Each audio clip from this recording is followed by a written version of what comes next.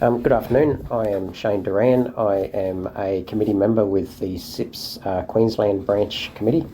And with me today I have Peter Lacey and Alisha Larkin. But before we get into our podcast on modern slavery, I just want to acknowledge the traditional owners of the land on which we meet, namely the Yagara and Turrbal people and their elders past, present and emerging. Alisha, can I just get you to introduce yourself? Mm-hmm. Thanks, Shane. As Shane mentioned, my name's Alisha Larkin. I'm the Director of Procurement at the Queensland Building and Construction Commission, which is a statutory body here in Queensland Government. And Peter? Yes, my name's Peter Lacey. I lead the procurement branch for Queensland Government Procurement, but I'm also appointed as the lead for collaboration on the elimination of modern slavery for the Queensland Government. Excellent, thanks. So the Modern Slavery Act and the reporting requirements have been in place for around 4 years now. It's currently being reviewed and there'll no doubt be some changes to it. I won't speculate on what those are at the moment. However, I do want us to discuss the practical implications of addressing modern slavery. So if buyers or suppliers see it as just one more legislative requirement, it could then just degenerate into a box-ticking exercise. But it should be kept in mind that we are dealing with real people who are victims of horrendous crimes of modern slavery, trafficking and forced labour. The International Labour Organization recently updated their estimates of the numbers of victims of slavery worldwide, and there's a 25% increase on the 2016 estimate, taking it from 40 million people to 50 million globally. So keeping this in mind, as a procurement practitioner, what can we practically do to address modern slavery, or are we really just going through a box-ticking exercise? Shane, I think we can do things practically to eliminate modern slavery, and I do hope that people don't see it just as a box-ticking exercise. Although I think procurement practitioners understand the importance in a probity sense of ticking boxes and a governance sense. So there is some value to ticking boxes, but certainly we'd love to effect some real change to those horrendous numbers that we see across the world. I think at a high level we can ensure that our policies, our plans, whether they're whole of government ones or just organisational or even work unit pieces, give some consideration to the issue.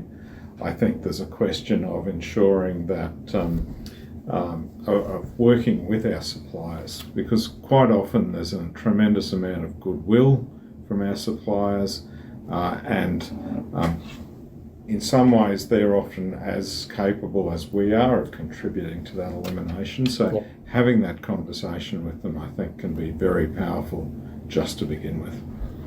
Alisha, do you have any thoughts around that? Yes, I think what we see now is, and we forget sometimes, that it is a significant behaviour change piece. So whilst it has been around for 4 years, what we're starting to see now is some of the more deeper thinking around how do we address modern slavery, where what I'm observing is significant effort, and quite rightly put into raising somebody's awareness and understanding about modern slavery first, so that they know what they're meant to be looking for or asking about. But then also putting in place some of those risk assessment tools and refining those so that they can seek some information from suppliers. And now I think we've reached the point of, okay, well, we've got this information. We've got information from a couple of years. So how do we use that and analyse it to put forward some, tactical ways to address the risks that we're seeing with certain suppliers or within certain industries in our organisation or business, and taking that more risk-based approach in compartmentalising some of the way you can make the change, to make it a little bit easier to digest and do. We are the procurement stream and the procurement function. So I think we should also acknowledge that our ability to address the more broader aspects of the modern slavery definition around, forced marriage and human trafficking, and maybe some aspects of child labour, sex crimes and things like that, we may not have any exposure to as a business, nor would necessarily a corporation.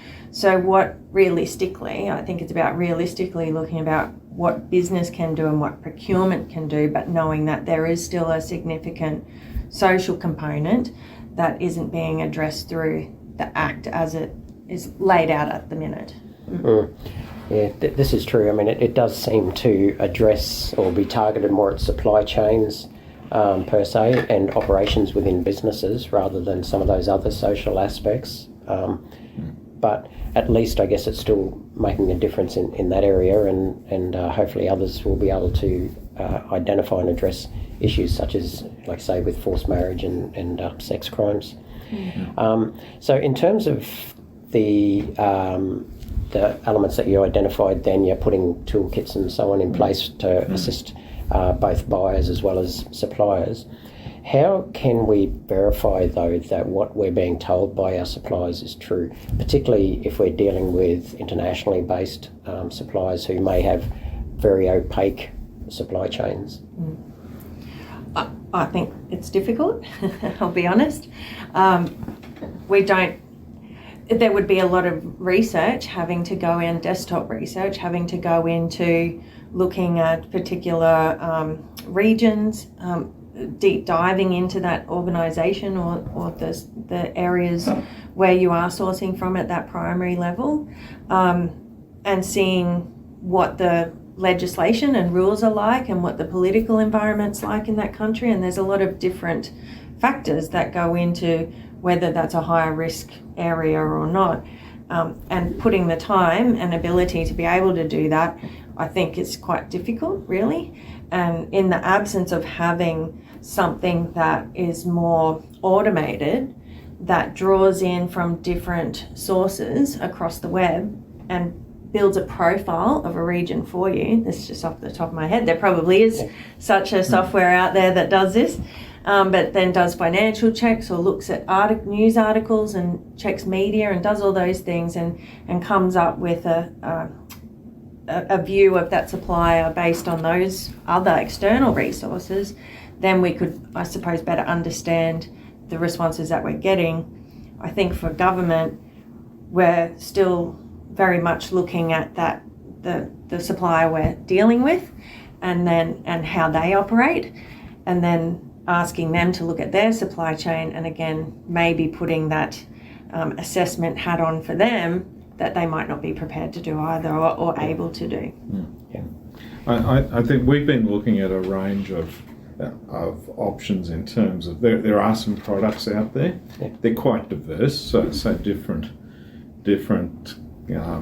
providers offer very different ways of approaching the question, and so some will trawl the web and other publicly available information to piece together a profile of a company.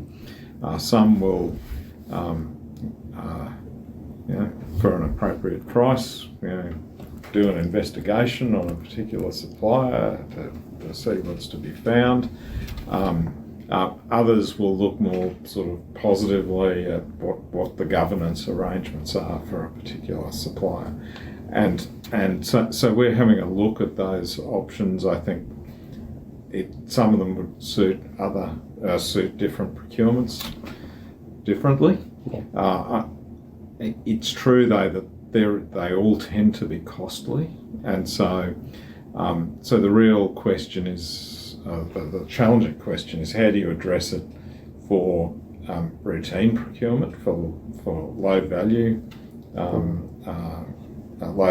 low risk low procurement risk. Low procurement Not risk. necessarily low modern slavery risk. That's right. Indeed. Cheap could mean more modern slavery. Because it's often true that that's the territory where the modern slavery risk can be highest. Yeah. So what do you do about that space? And that's an interesting question.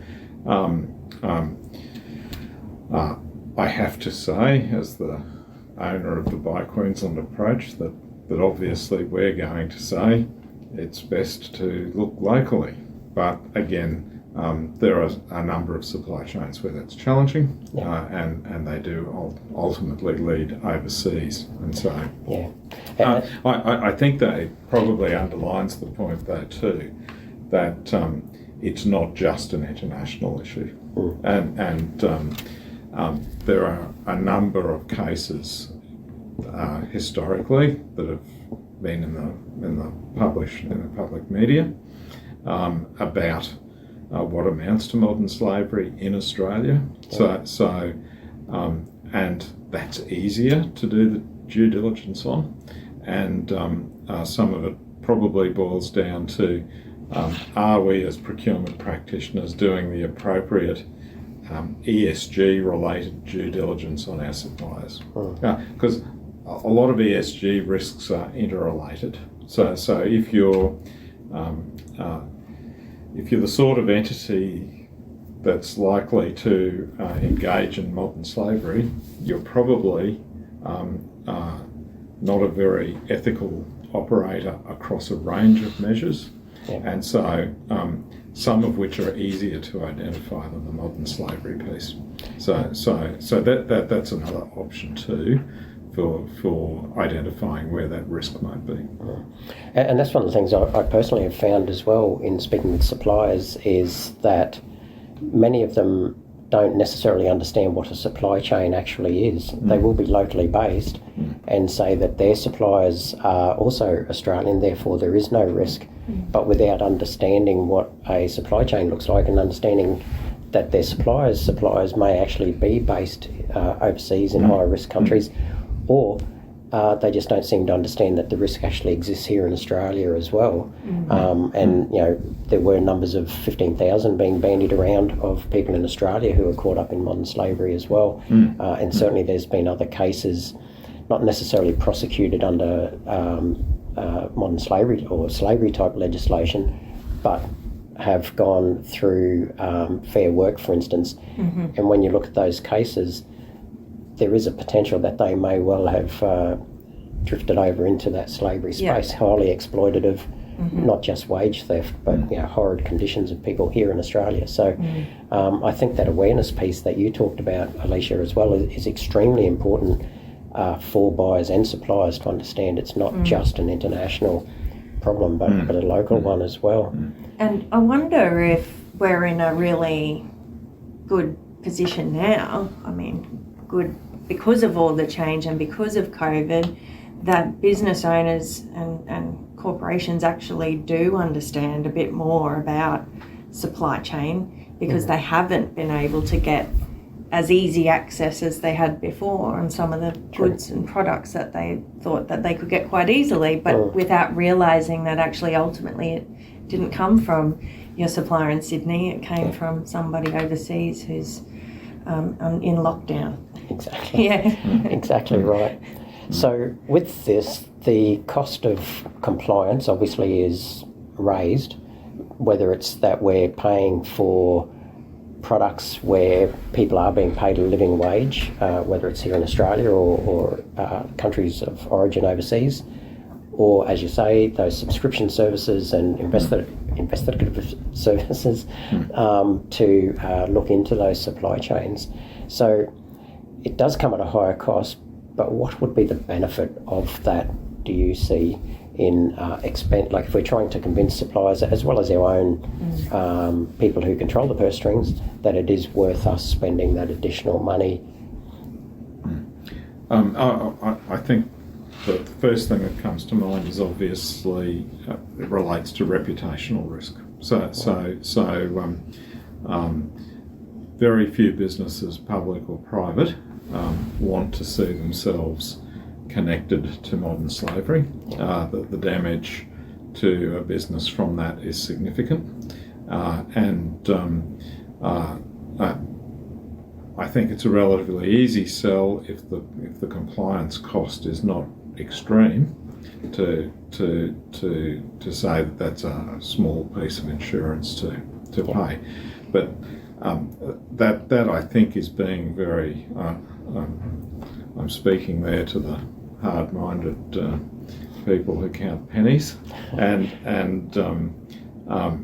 really at the heart of it, who wants to do business with an unethical supplier anyway? Yeah. And so it becomes an ethical question, and I suspect for a lot of procurement practitioners that's what comes first. But if they are confronted by the argument that this is not a justifiable cost, then I think certainly reputational risk springs to mind. Can I say again, in terms of that, we talked before about that low value procurement. The other reality is that product produced as a result of modern slavery is probably unlikely to be high quality product, and that's just a rude reality too. Yeah. So if you're saving money by the use of unethical labour inputs to a product, you're probably buying a poor product as well. So they're just a couple of things off the top of my head. I don't know if you have thoughts, Alisha. Yes, I think that we actually have, and now I'm in a fortunate position of having being able to apply a more operational lens to how we can implement within an organisation some of these kinds of measures, and certainly I think there's a really big opportunity to harness, particularly within QBCC, our technology to be able to take some of the time out of processing certain forms and aspects and assessments that we can embed into our technology system to be able to automate some of the other things that we currently do manually in order to free up some capability and capacity to focus on some of the things that are new, that we want to get our heads around and see where we can implement changes within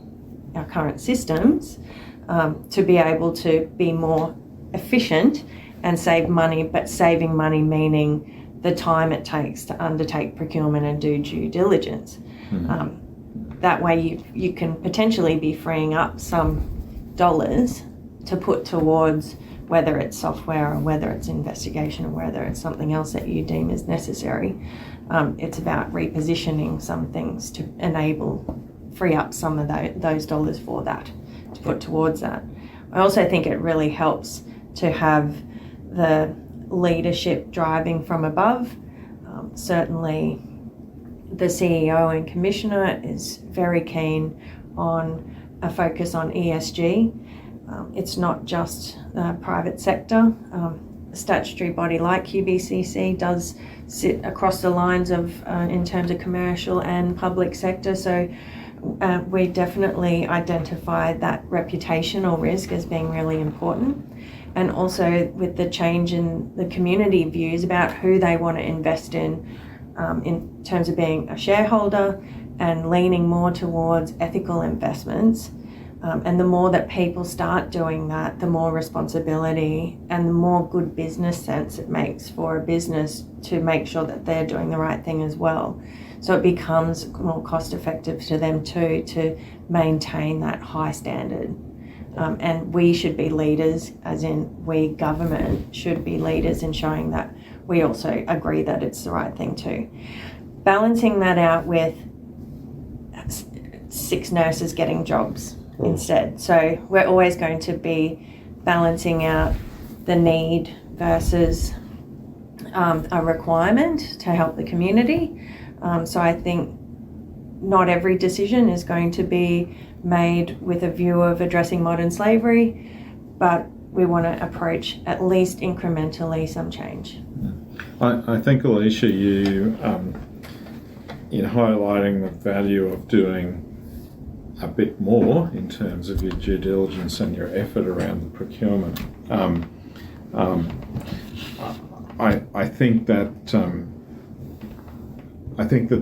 can lead to a result where the compliance cost might be sometimes imaginary. So in other words, I think of a practical example where we were involved in sourcing some clothing, which is classically a high risk area, and the easy pathway was to go to an existing supplier whose product was sourced from a high risk market as well, and overseas, and on the assumption that that would be quick, easy and cheap. Because of the nature of the clothing we were buying, we actually put a greater effort into that sourcing piece, and we were able to source product which was locally manufactured, although the fabric was sourced overseas, but where the provider was able to demonstrate due diligence through their supply chain, which wasn't the case in the other case, and it was actually cheaper. So sometimes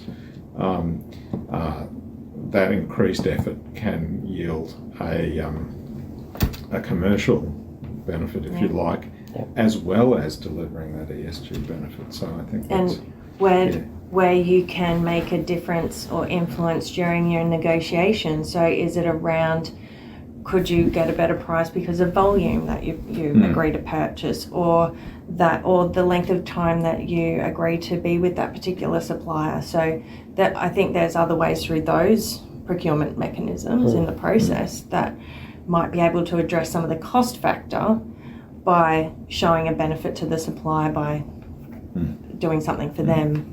I think and committing to them. A mortgage broker once talked to me about inattention tax, which is when you don't pay attention to what you're being charged as an interest rate. And this is a bit the same. The inattention tax both increases your modern slavery procurement risk, but it also increases your price risk. And just on that, this is more of a wicked problem. That I think we were all in the same meeting when this was discussed some time ago, where a buyer of some fairly specialised personal protective equipment that was required in a very high risk environment, so it was required for protecting people's lives, and the only supplier was based in a high risk country, not necessarily slavery used in the production of this product, but it was certainly a risk that they had to consider.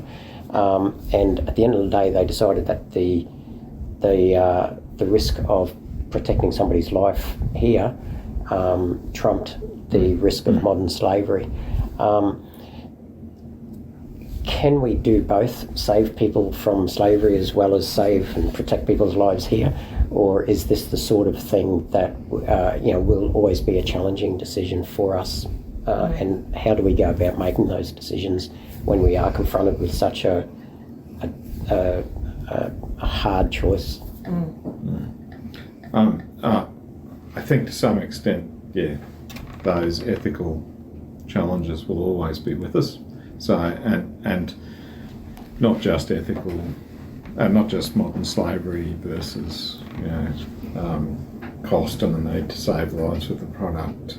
But in a lot of what we do, we're balancing relative goods, relative benefits from different aspects of procurement. And so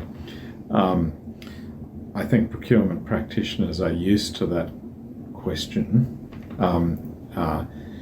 I think there is no one right answer to that. And I think the best thing that you can do is to actually think about it. The best thing you can do is to raise your consciousness to the fact that you're dealing with that ethical dilemma, and obviously seek advice. And at the end of the day, there's always tough decisions to be made, but the best decisions are made with contemplation, and where it's possible, time, of course, but time's not always your friend. But getting ahead of the game in modern slavery or many procurement issues, getting ahead of the game and not becoming a victim of the reactive world which we live in a procurement space is really important, I think. I think in your example as well, I'll be a bit tougher. I think the answer is no. The decision, because it was the only supplier, the sole supplier of that particular product that made it to that standard of quality for that particular purpose of saving people's lives, potentially saving people's lives during an event, then no, you have to make that choice. But what you've described is the process of what Peter said about they've turned their mind and attention to the ethical aspects, being modern slavery, and probably a whole range of other things while they were looking at that as well, which shows that if they're doing it for that piece, they're doing it for all the other ones as well. So they've already got in their process and minds that consideration, and you're not always going to end up with the outcome that is going to achieve that end result for that.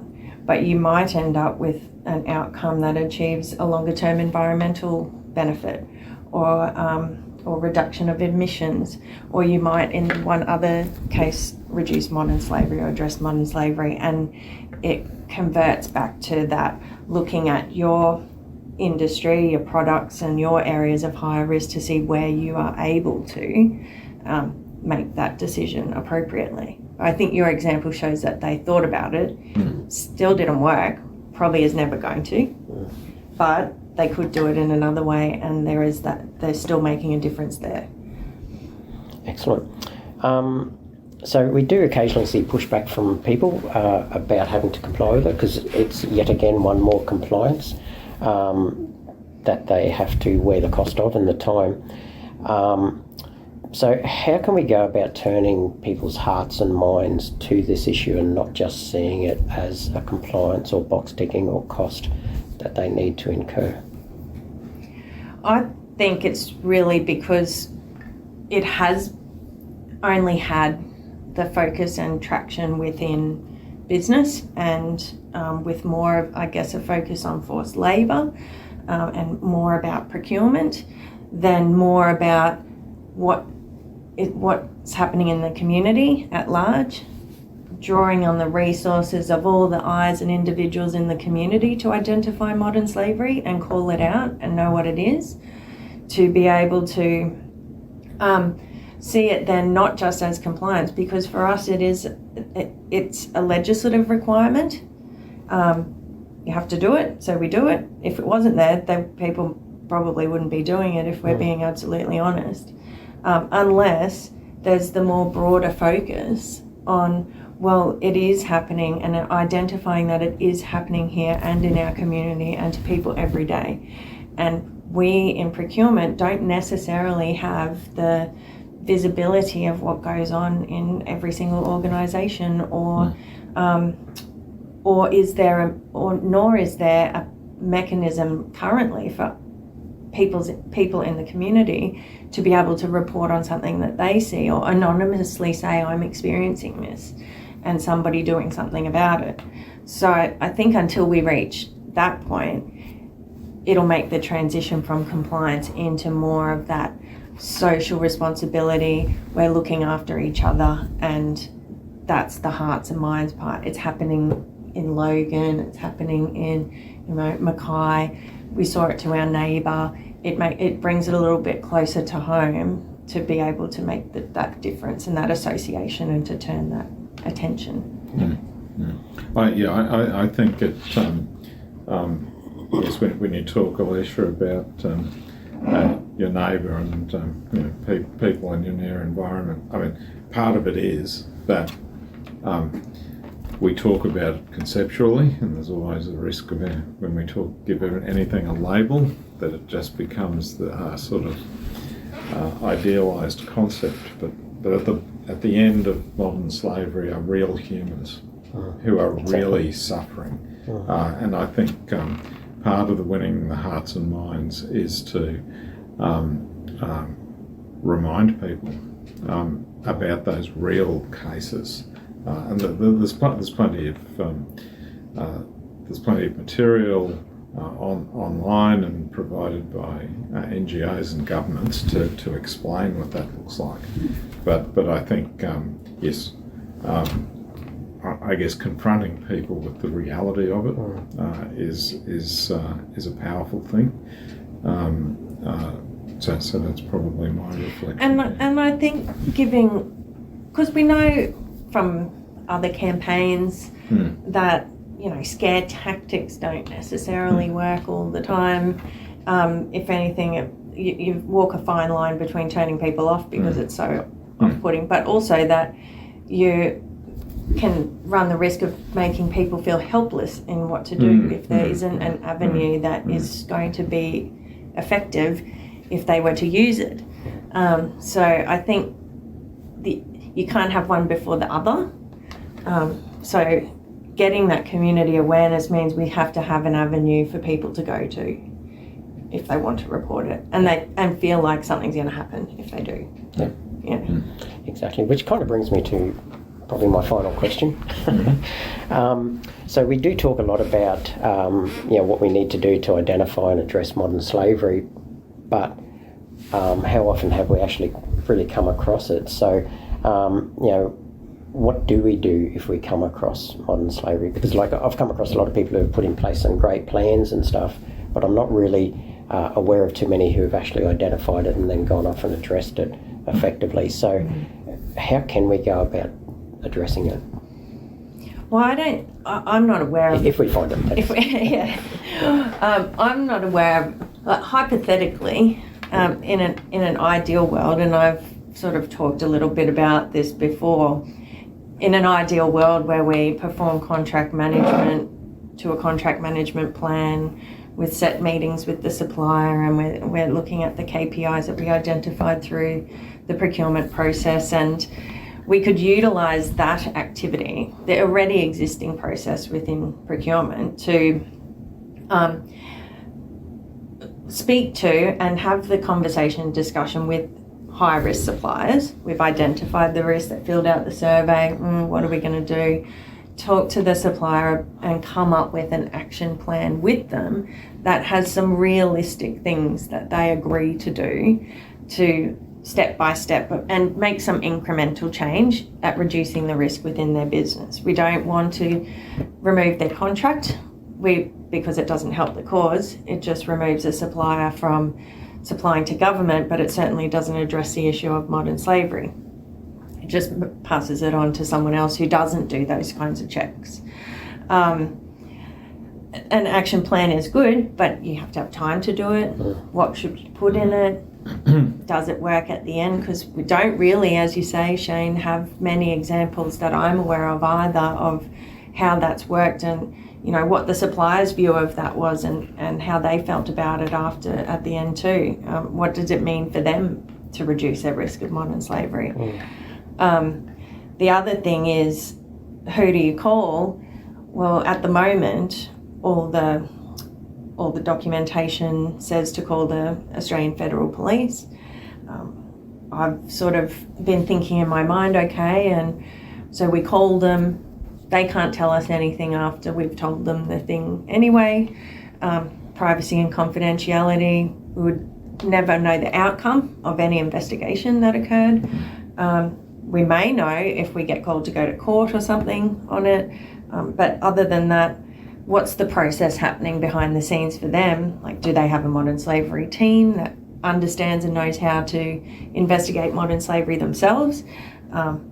Is there an unintended consequence of us drawing all this attention to modern slavery across the community, and AFP getting 1,000 calls a year on modern slavery that they have to follow up with. And then also the groups that we're looking at, and somebody else brought this up on another forum, the groups that we're looking at are potentially, might have a lapsed visa, or they might be in a situation where the reason why they're experiencing modern slavery is because something is withholding them from reporting it anyway. And we don't necessarily want to then get them deported, or having them have to go back to a situation in another country that might be worse than what they're experiencing here. So there's that dilemma too. Yeah. It's not really an answer. No, but a great discussion. Sorry. I think domestically, and so far as the Queensland government's concerned, and I know this is the case for some of the other Australian jurisdictions too, we have what amounts to a debarment regime for companies that are convicted of what amounts to wage theft. So we have that in place. We call it the ethical supplier threshold here. So we do exclude suppliers from our supply chains, and there is a mechanism within that for us to discuss remediation with the supplier to effectively reduce the impact of that debarment in exchange for them improving their act. And modern slavery is, if you like, the worst end of that spectrum of things.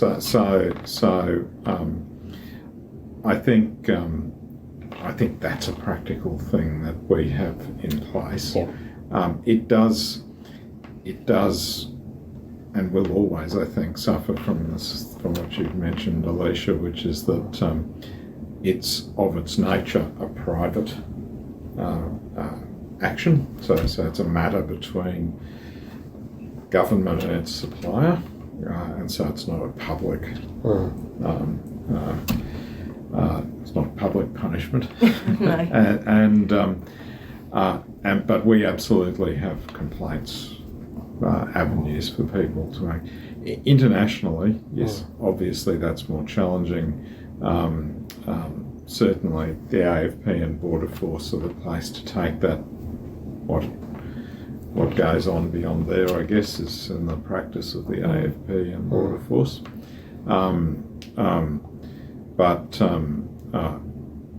One thing is certain, that if you say nothing, nothing will happen.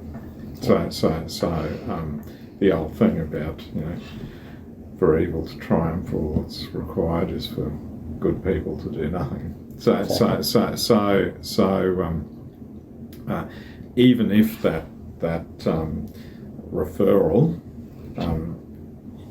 is perceived to be unproductive, I would encourage people to refer, because without that referral, nothing can happen.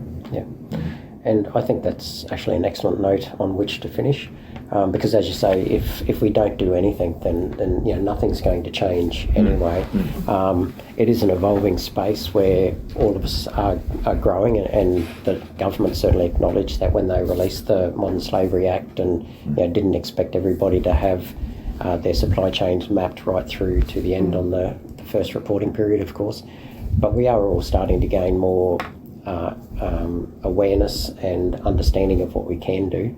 So there will always, I guess, be these ethical challenges, but I think we are making some good inroads. So I do want to thank both of you for your time today. Thank you. And we shall continue fighting the good fight. We shall. Absolutely. Thank you. Thanks for inviting us. Thanks, Peter. Thanks, Alisha. Bye.